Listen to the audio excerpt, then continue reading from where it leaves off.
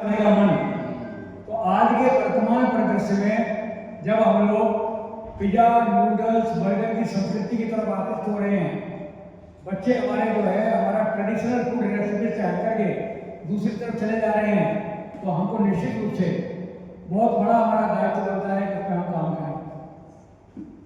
मैं विशेष रूप से बताना चाहूँगा कि इस वर्ष का जो ध्येय है, इस वर्ष का जो थीम है, वो थीम है बेहतर जीवन के लिए सही भोजन का चयन करें।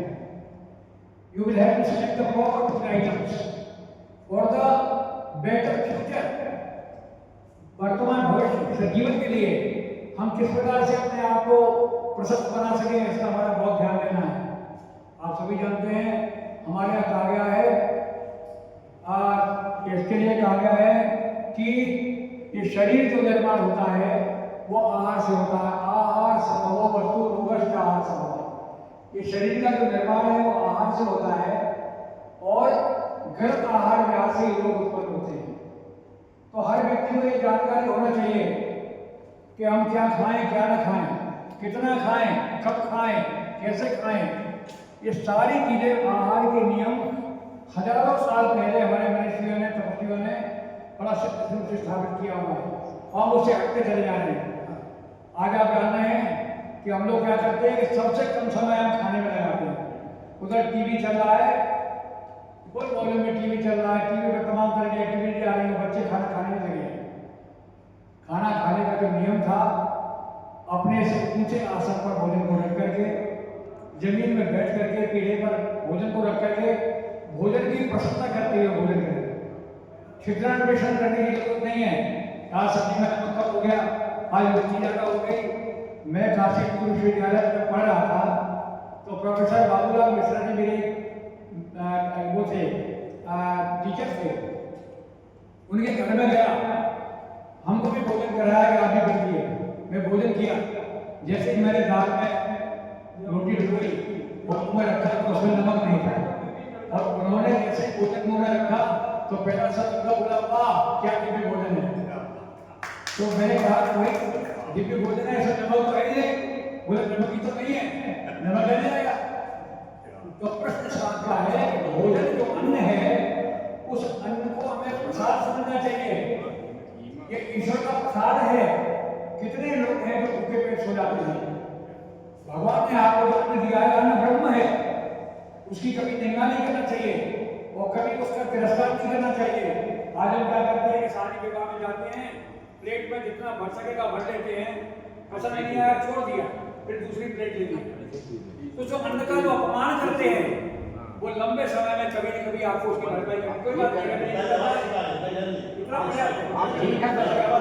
भरपाई अगर आप अपमान करते हैं तो आपको जरूर भुगतना पड़ेगा। दूसरी बात, अन्न कितना खाएं, मात्रा के बारे में हमारे मनीषियों ने लिखा है, दो भागों पूरे अन्न तोए एकम प्रपूरे और वायु संचार नार्थाय चतुर्थम अवशेषे। इस कुक्षी के आप 4 हिस्से हनुमान से बना लें, उसके 2 हिस्से आप सॉलिड फूड से भरें, एक हिस्से को लिक्विड से भरें, चाहे वो छाछ लेते हो, फ्रूट जूस लेते हो, चाहे आप कोई दुग्ध ले रहे हैं या आपने सूप लिया, एक हिस्सा आप जली वस्तुओं से भरें और एक हिस्से को खाली छोड़ दें, जिससे कि प्रॉपर पेरिस्टाल्टिक मूवमेंट्स आपको हो सके। मिक्सी को भी ठूस के भर देंगे तो वो चलेगी नहीं। हमारे यहाँ क्या होता है, शादी विवाह में जब हम जाते हैं तो बुरापत मानने का महिला है पुरुष दोनों इनके लिए नहीं है। ये मैंडेटरी नहीं है कि जितने स्टॉल लगे हुए सब में खाना जरूरी है, लेकिन हम सोचते हैं कि अगर हम अपने लिफाफा का भोजन देके भोजन करेंगे तो लिफाफे का भोजन देके भोजन नहीं करना है। तो शरीर अपना है, भगवान ने आपको दिया हुआ है, इसके हिसाब से भोजन करिए। तो भोजन की मात्रा निर्धारण करिए। एक हमारे मित्र थे, हमारे बड़े अच्छे मित्र परिचित थे और विद्वान थे, विषय के बड़े विद्वान थे। वो अच्छा भगवान के प्यारे हो गए हैं। तो वो एक अपने विद्यार्थी की शादी में आए, उन्होंने कोई स्टॉल छोड़ा नहीं और चलने लगे, कार में बैठ रहे थे तो किसी विद्यार्थी ने आगे कहा कि गुरुजी वो तो सब ठीक था लेकिन बाटी चोखा बहुत बढ़िया था। बोला अरे बाप रे बाप, बाटी चोखा भी था, वो बाद में लगाया गया। तो मैंने ये कहा कि कोई बात नहीं, अब तो आप पास खड़े हुए हैं। तो कार से उतर आए, पूरा खाने के बाद दोबारा घुस के गए और 4 बाटी चोखा भी खा गए। वो जो है 57 वर्ष की अवस्था में भगवान को प्यार हो गया। तो मैं कहना चाहता हूँ ये शरीर भगवान ने दिया है रुचि के लिए नहीं, अन्न ले दिया जाता है। अन्न को ब्रह्म समझ करके अपने अन्न का अर्पण जो होता है, जो पत्नी आपकी परिश्रम करके मेहनत करके आपके सामने परोस रही है, तो उसका सम्मान करते हुए ससम्मान अन्न का हमें उपयोग करना है। दूसरी बात, देश और काल के अनुसार बहुत से लोग कहते हैं कि साहब डायबिटीज हो गई है, लोगों ने कह दिया कि आलू चावल चीनी छोड़ दो। एक चिकित्सक होने के नाते डॉक्टर आचार्य भी कह सकते हैं, मैं भी कह सकता हूँ, बड़ा सरल है, डॉक्टर साहब भी कह सकते हैं, लेकिन इसको अनुसरण करने के लिए तो सोचना पड़ेगा। क्यों साउथ इंडिया में जब हम जाते हैं, हमारे पास पेशेंट आएगा तो हम कहेंगे चावल मत खाइए, तो क्या खाएगा? तो हमको करना क्या है, जिस चीज का ग्लाइसेमिक इंडेक्स जितना कम हो हमको वो रिकमेंड करना है। आलू कैसे करें, मैंने अपने घर में, अपने व्याख्यानों में, अपने परिवारजनों को, अपने मित्रों को, सबको सजेस्ट कर दिया कि आलू का प्रयोग करने के लिए, चाहे आपके घर में किसी को शुगर है या नहीं है, आलू को छीलिए, काटिए और कम से कम 3, 4, 5 मिनट बॉईल करिए और उसके बाद में उसको छान लीजिए, स्टार्च धो लीजिए और फिर आलू को छोड़िए। तो वो आलू डायबिटीज का पेशेंट भी खा सकता है, उसका ग्लाइसेमिक इंडेक्स काफी कम होता है। चावल का प्रयोग करना है तो ICMR की गाइडलाइन है कि 1 कटोरी चावल में 80 कैलोरी होती है, छोटी कटोरी, और एक चपाती जो 6 इंच व्यास की होती है उसके अंदर भी 80 कैलोरी होती है। अगर आप 4 चपाती खाते हैं यंग अवस्था में, तो आप 3 चपाती 1 कटोरी चावल खाइए, और अगर आप जो है 3 चपाती खाते हैं तो 2 चपाती खाइए, 1 कटोरी चावल खाइए। कोई परहेज नहीं है। चावल को पचाने के बाद, उसका माड़ निकालने के बाद पुराना चावल उसका हम प्रयोग करें। दूसरी बात, एक साथी चावल आता है जो 60 दिन की क्रॉप होती है, 60 डे क्रॉप है, उसका ग्लाइसेमिक इंडेक्स बहुत कम होता है, उसका हम प्रयोग कर सकते हैं। तो हमको ये सोच के चलना है कि क्या खाना है, कितना खाना है और देश काल के अनुसार कैसे भोजन करना है। 100 किलोमीटर परिधि में आप यहाँ रह रहे हैं कानपुर में, तो यहाँ से 100 किलोमीटर की पेरीफेरी में जो अन्नपान, जो सब्जियां पैदा होती हैं, वो आपके लिए अमृत तुल्य है। अगर उस मौसम में अमरूद मिल रहा है तो कोल्ड स्टोरेज में रखा हुआ सेव लाभ नहीं पहुंचाएगा, ताजा अमरूद आपको लाभ पहुंचाएगा। ऋतु अनुकूल, जिस ऋतु में जो अन्नपान पैदा हो रहा है उसी का हम सेवन करें। ये हमारे लिए सबसे महत्वपूर्ण चीज है कि देश और काल के अनुसार साउथ इंडिया की डिशेज को टेस्ट बदलने के लिए आप पिज्जा, नूडल्स, बर्गर जो चलता है, कभी कभी बच्चों को परमिट कर दें। मैं तो स्कूल्स में जब व्याख्यान देता हूँ, प्रबोधन करता हूँ, तो मैं कहता हूँ, मैंने डाइट निर्धारित करा दिया है बड़ी बड़ी पब्लिक स्कूल्स की कि आप 6 दिन वही खाना लाएंगे जो आपको लिखा जा रहा है। 1 दिन बच्चे के लिए फ्री है, वो अपनी चॉइस का खाना ला सकता है। ब्राउन ब्रेड का प्रयोग करें, ब्रेड खाना है तो आटे वाली ब्रेड खाएं। रोटी में आप जानते हैं कि हरित क्रांति के पहले हमारी थाली में बाजरा, ज्वार, सावा, कोदो, चेना, कुटकी, कुट्टू, रामदाना, ये मिलेट्स जो हुआ करते थे, जिसे मोटा अनाज कहते हैं। माननीय प्रधानमंत्री महोदय ने बड़े प्रयास के द्वारा मिलेट्स ईयर मनवाया, पूरे विश्व को स्वीकृत करवाया, और आज ये मिलेट्स ईयर में ये मिलेट्स हमारे इसको नाम श्रीयर ने दिया। ये श्रीयर में बहुत लाभकारी है। हमारी प्लेट में यही था, हम लोग यही खाते थे। हमें याद है, मैं ग्वालियर का रहने वाला हूँ, जब कभी मेहमान आते थे घर में तो बड़े खुश होते थे कि साहब आज मेहमान आ रहा है, आज सफेद रोटी खाने वाले। केवल गेहूं की रोटी मेहमान लोगों के लिए रखा रहता था, आटा उसकी बनाई जाती थी, बाकी का हम लोग क्या खाते थे, चना, जौ, बेजर कहते थे, बेजर की रोटी। उस बेजर की रोटी के लिए आज हम क्या कहते हैं, मीठी रोटी के नाम से आप बेजर की रोटी खा रहे हैं, सबसे महंगी मिल रही है। और आज जिस मडुआ की हम बात करते हैं, जिसे हम कहते हैं रागी, फिंगर मिलेट, आज फिंगर मिलेट कितना महंगा मिल रहा है। पूर्वांचल में मडुआ के नाम से पॉपुलर है। मैंने करीब 700 व्याख्यान पूरे देश में दिए हैं इसकी उम्र, और मैं गया था छत्तीसगढ़ में, झारखंड में, उत्तराखंड में, पंजाब में, हरियाणा में, हर जगह इसका प्रयोग किया जाता है। और इसके अंदर आपको आश्चर्य होगा, आप सब लोग पढ़े लिखे हैं, गूगल पर सर्च करेंगे, इस रागी के अंदर गेहूं और चावल से 37 गुना अधिक कैल्शियम होता है। उन बच्चों के लिए जो हम कहते हैं ना ये सब ये बॉर्नविटा और ये सब बेकार है, आप रागी के प्रिपरेशन को इनोवेटिव आइडिया से तैयार करके बच्चों को खिलाएं बच्चों की हड्डियाँ मजबूत होगी, ग्रोथ अच्छी होगी। और पार्टिकुलरली हमारी महिलाओं के लिए 45 साल के बाद 50 साल के बीच में 90% महिलाओं को जो मेनोपॉज होता है, उस मेनोपॉजल कंडीशन में हार्मोनल इम्बैलेंस के कारण हड्डियां कमजोर हो जाती हैं। इसको कहते हैं ऑस्टियोपोरोसिस। उस ऑस्टियोपोरोसिस के कंडीशन में रागी अमृत तुल्य कार्य करता है। तो हमको करना क्या है?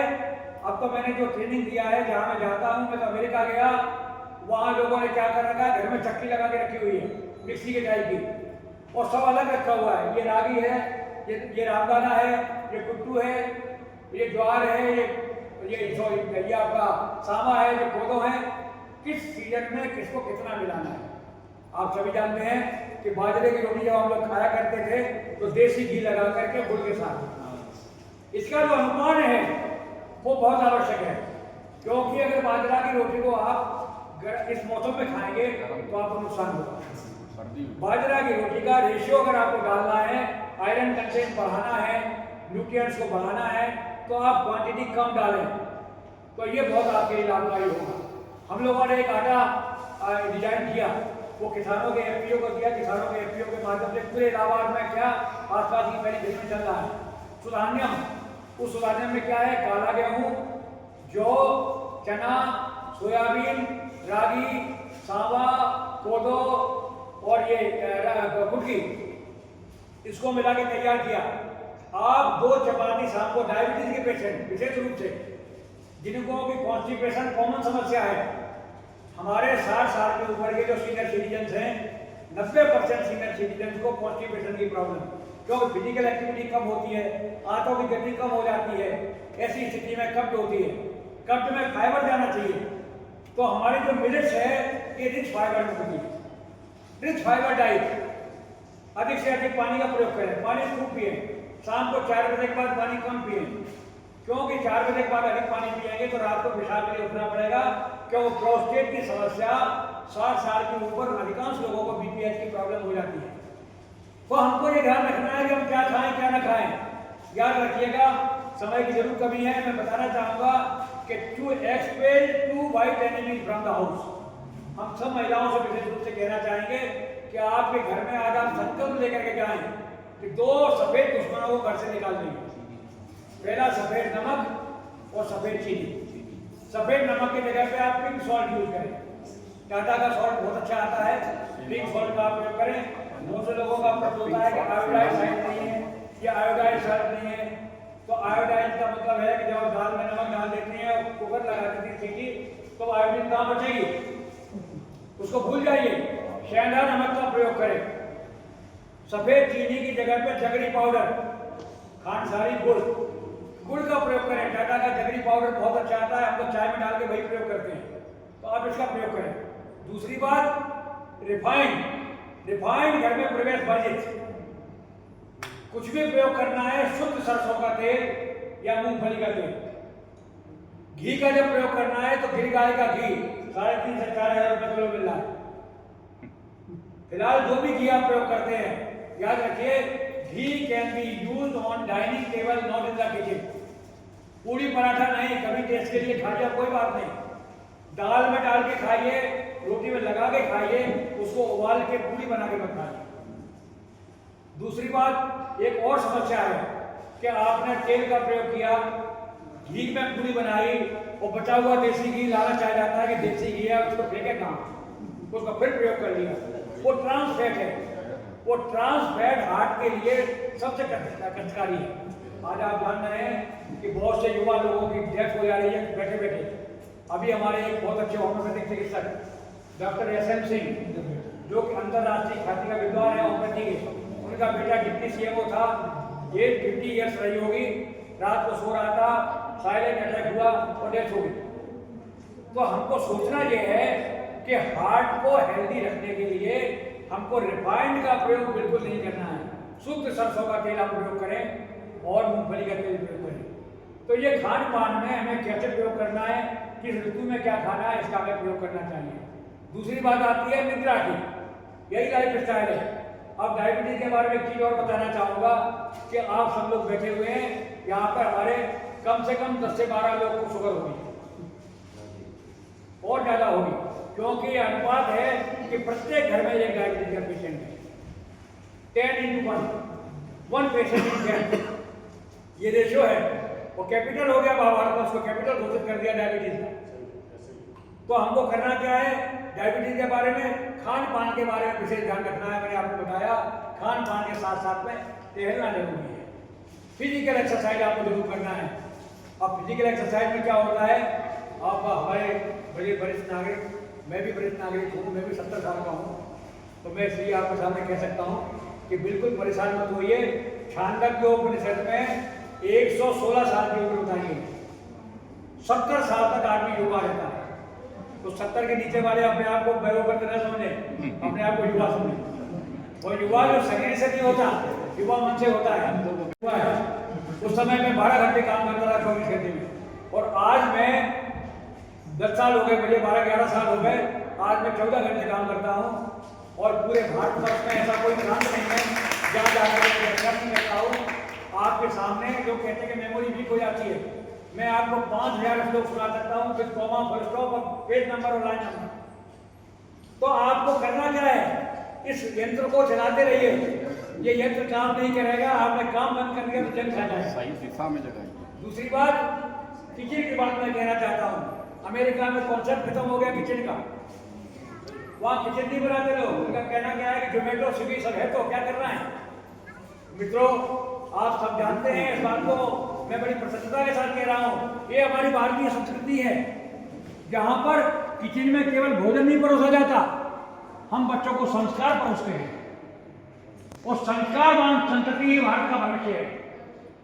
मैं अमेरिका में व्याख्यान देने गया, चिन्मय मिशन के अंतर्राष्ट्रीय अध्यक्ष तेजोमयानंद जी के आश्रम में पहुंचा।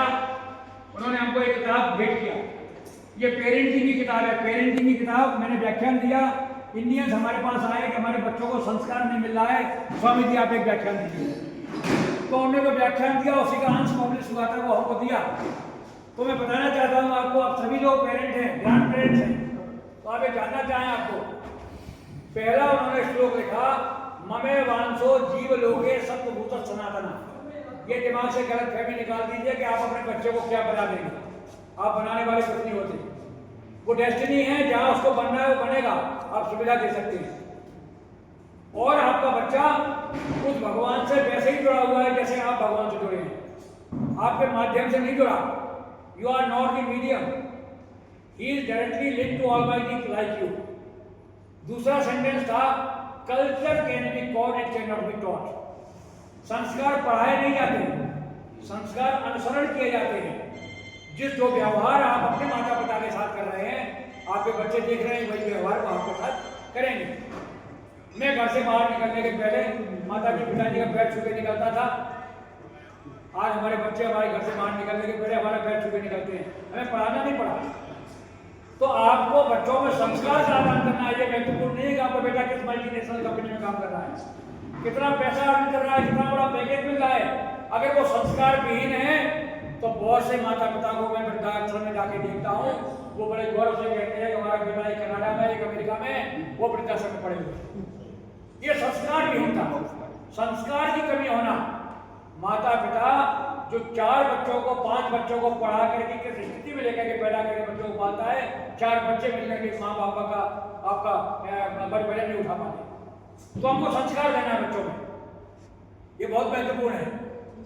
तो मैं डायबिटीज के बारे में विशेष रूप से कहना चाहूँगा आपको कि याद रखिएगा, डायबिटीज में केवल ब्लड शुगर हम नापते रहते हैं कि हमारा ब्लड शुगर ठीक चल रहा है, कंट्रोल चल रहा है।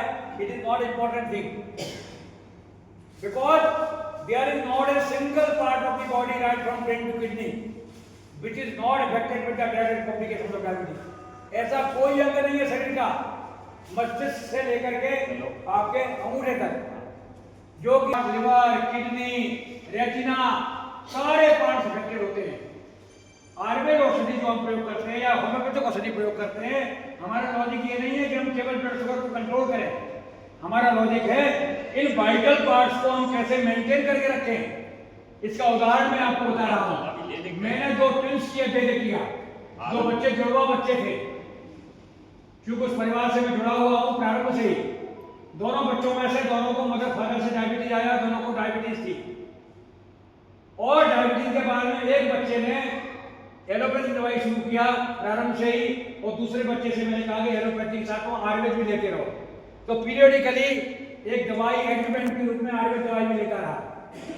11 साल के बाद आज मैं देख रहा हूँ दोनों सॉफ्टवेयर इंजीनियर हैं, दोनों पूरा बेंगलोर में पोस्टेड हैं, और दोनों बच्चों में से जो बच्चा अपने दवा के साथ साथ में आयुर्वेद भी लेता रहा, तो कुछ दिनों के बाद दवाई छूट भी गई, केवल आयुर्वेद पर चलता रहा, आज उसके सारे वाइटल पार्ट्स इंटैक्ट हैं, हेल्दी है।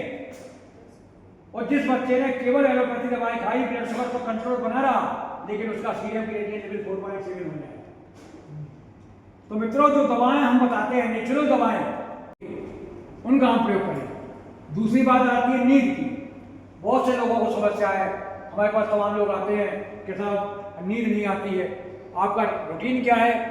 कि साहब टहलने जाते हैं। टहलने कैसे जाते हैं? मैं कंपनी गार्डन में जब टहलने जाता था तो मैंने बहुत पास से देखा कि हमारे सहयोगी जो हमारे वरिष्ठ नागरिक हैं, बुजुर्ग हैं, वो आपस में ये बात करते रहते थे कि हमारी बहू बहुत नालायक है, सवेरे चाय बनाती है। तो हमको टहलते समय बहू की नालायकी की बात नहीं करना है, हमको टहलने के लिए टहलने का है, और मस्त होकर के हंसते हुए जाइए। प्रसन्न, जिसके लिए भगवान ने लाख प्रतिलम लोग खोले गए, आप खुद हंसिए, प्रसन्न रहिए। सकारात्मकता जीवन का सबसे बड़ा रहस्य है। आप प्रसन्न होकर रहिए, सबसे बड़ी बात होती है। तो टहलने का मतलब है लॉजिकली 45 मिनट ब्रिस्क वॉक, आपको पसीना आ जाना चाहिए, तो यह हमें जरूर करना चाहिए। दूसरी महत्वपूर्ण बात नींद की बात आती है, तो जो कहते हैं कि सब 8 घंटे की स्लीप होना चाहिए। Don't expect 8 hours sleep to a person who is not working any drastic work. जो आदमी घर में है, लेटा हुआ है, उठ बैठ के चल फिर नहीं जाएगा, अब वो उम्मीद करेगा 8 घंटे स्लीप आए, कभी नहीं।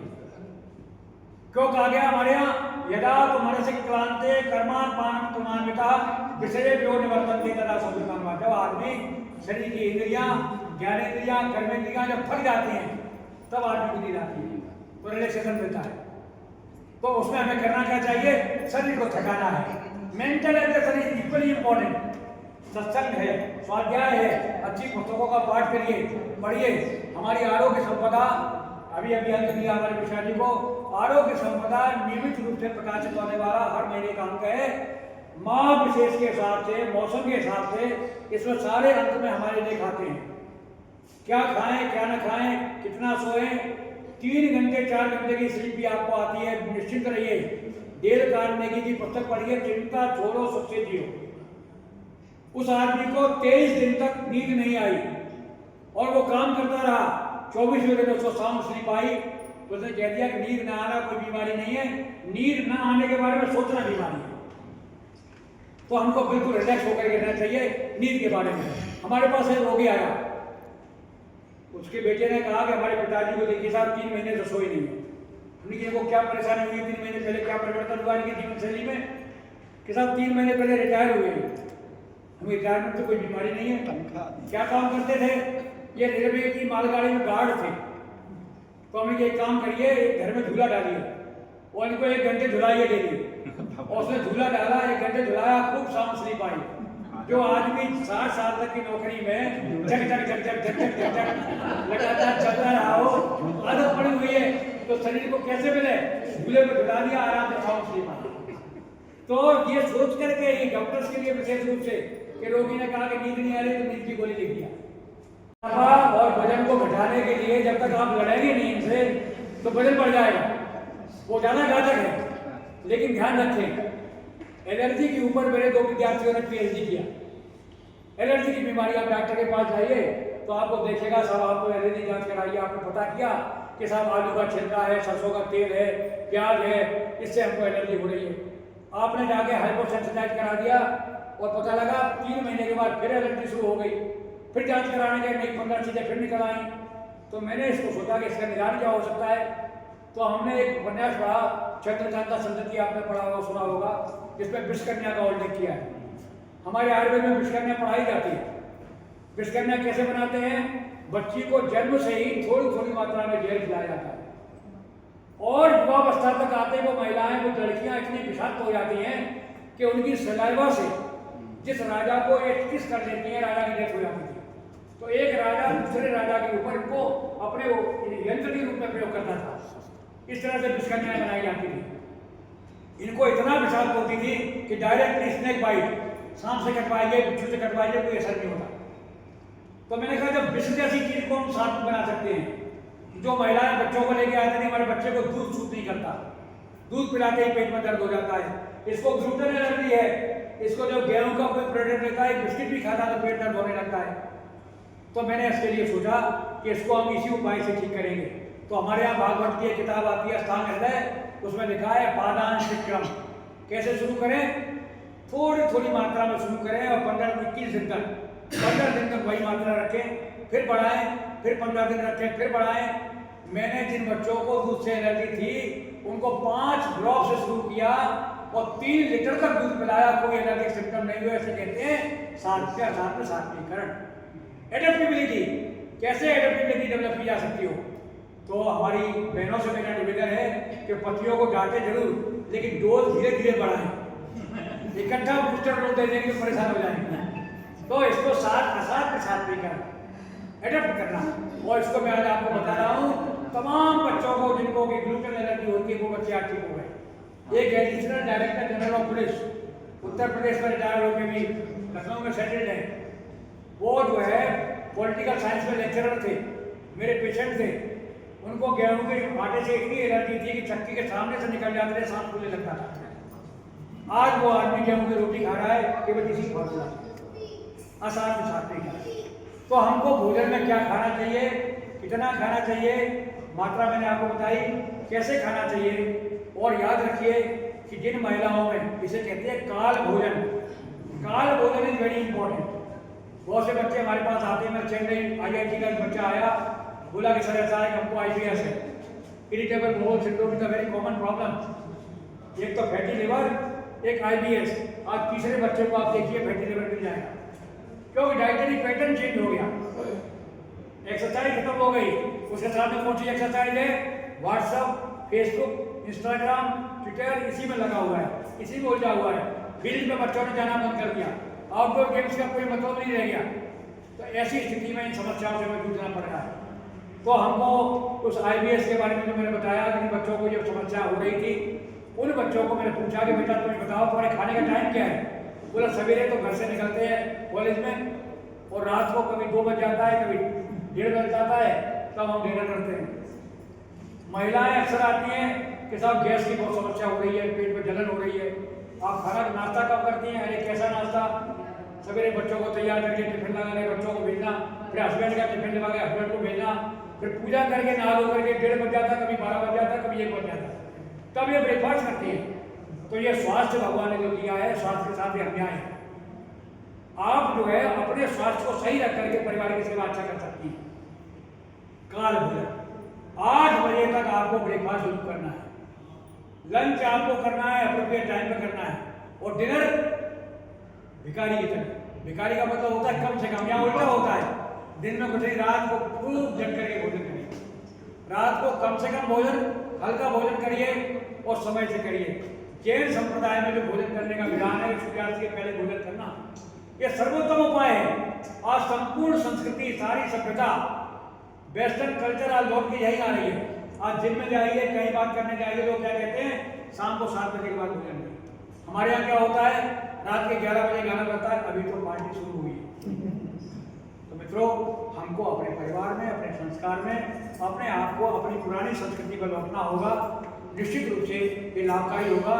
और विशेष रूप से मैं सोचता हूँ कि यहाँ जो लोग 50 से 60 के करीब बैठे हुए हैं, ये कम से कम 60,000 लोगों को दीक्षित कर सकते हैं, क्योंकि आपके अंदर वो गुण है। एक महिला को प्रशिक्षित करते तो पूरा परिवार प्रशिक्षित होता है। तो मैं कहूँगा कि आप आरोग्य भारती से वही लोग जुड़ोगे। आरोग्य भारती कोई ऐसा संगठन नहीं है जिसकी कोई आपको सदस्यता लेना है।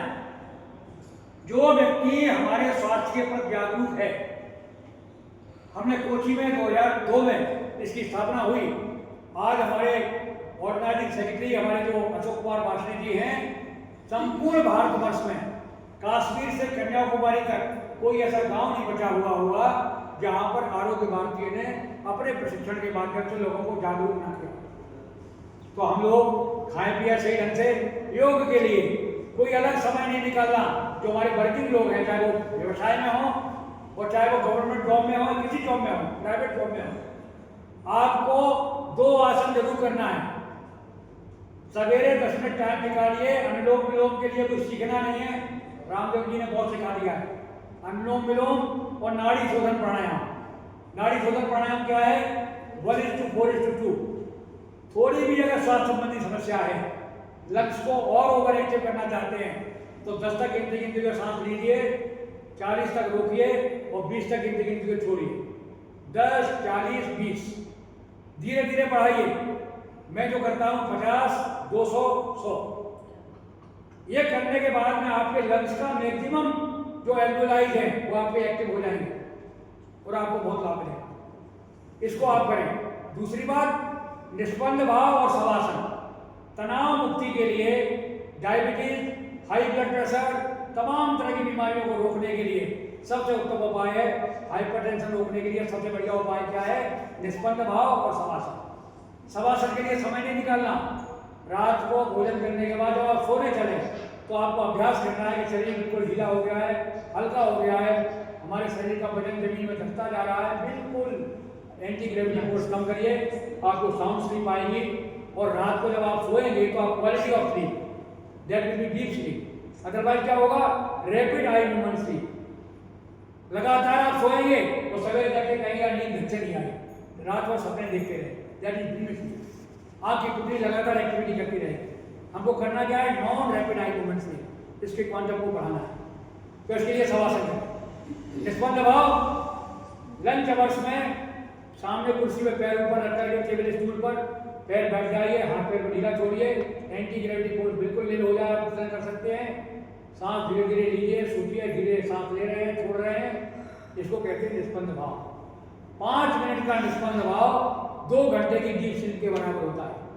नेपोलियन बोनापार्ट घोड़े की पीठ पर बैठ के निष्पन्द भाव का अभ्यास करता था और 24 घंटे की भीतर बैठने की क्षमता रखता था। निष्पन्द भाव जरूर करें। ये आसन करना है, सामान्य आसन है योगासन में। और 3 तरह के आसन अगर अधिक करना चाहते हैं तो एक सूक्ष्म व्यायाम, विशेष रूप से हमारे वरिष्ठ नागरिकों के लिए, आपको हर जॉइंट के लिए सूक्ष्म व्यायाम, ये मूवमेंट, ऐसे ही पैरों का मूवमेंट, ये आप करें। जितना आप करेंगे आपकी फ्लेक्सिबिलिटी बनी रहेगी। ये आपको करना है। दूसरा, forward bending of the spinal column. अगर आपको कोई पीठ की संबंधित समस्या नहीं है तो अब आप ये सवाल से बैठिए योग मुद्रा में, और बैठने के बाद में क्या अपना सिद्धासन में बैठिए या सुखासन में बैठिए या पद्मासन में बैठिए। सांस को छोड़ते हुए नीचे आइए योग मुद्रा, और सांस लेते हुए ऊपर आइए। इस घुटने पे जाइए, फिर बीच में आइए, फिर इस घुटने पे जाइए। ये अभ्यास करिए। फॉरवर्ड बेंडिंग, बैकवर्ड बेंडिंग, भुजंगासन करिए। हाथ रख करके सर को उठाइए, सांस लेते हुए ऊपर जाइए, नीचे छोड़िए, ये भुजंगासन। और साइडवर्ड बेंडिंग के लिए कोणासन। और अर्ध मत्स्यंगासन जो होता है उसमें twisting of the spinal column. आपकी स्पाइनल कॉलम जितनी इलास्टिक रहेगी उतनी आपकी एक्टिविटी लेवल बढ़ी रहेगी, उतने समय तक आप जिएंगे। सांप की वर्टिबल कॉलम सबसे ज़्यादा इलास्टिक होती है, वो बहुत अलर्ट होता है और बहुत लंबे समय तक जीवित रहता है। मगरमच्छ की सबसे स्टिफ होती है, सबसे ढीला होता है और बहुत कम समय तक जीता है। तो अपनी एक्टिविटी को बढ़ाने के लिए, स्पाइनल कॉलम की एक्टिविटी को बढ़ाने के लिए forward bending, backward bending, sideward bending और ट्विस्टिंग, ये अभ्यास एक एक करके आप करें। 20 या 25 मिनट लगता है, ये निश्चित रूप से करें। इस प्रकार से आपकी जो जीवन शैली है, आहार, विहार, आचार आपके यही होना चाहिए। आत्मने प्रतिकूलानि परेशान न समाचरे। जो चीज़ आपको अच्छी न लगे वो व्यवहार दूसरे के साथ न करें। यही हमारा सबसे बड़ा उद्देश्य है। ये भारतवर्ष है, ये भारत भूमि है, जहाँ पर अयम निजय परो व्यक्ति गणना लघुचिंताम उदार चरिता नाम तो वसुधैव कुटुंबकम।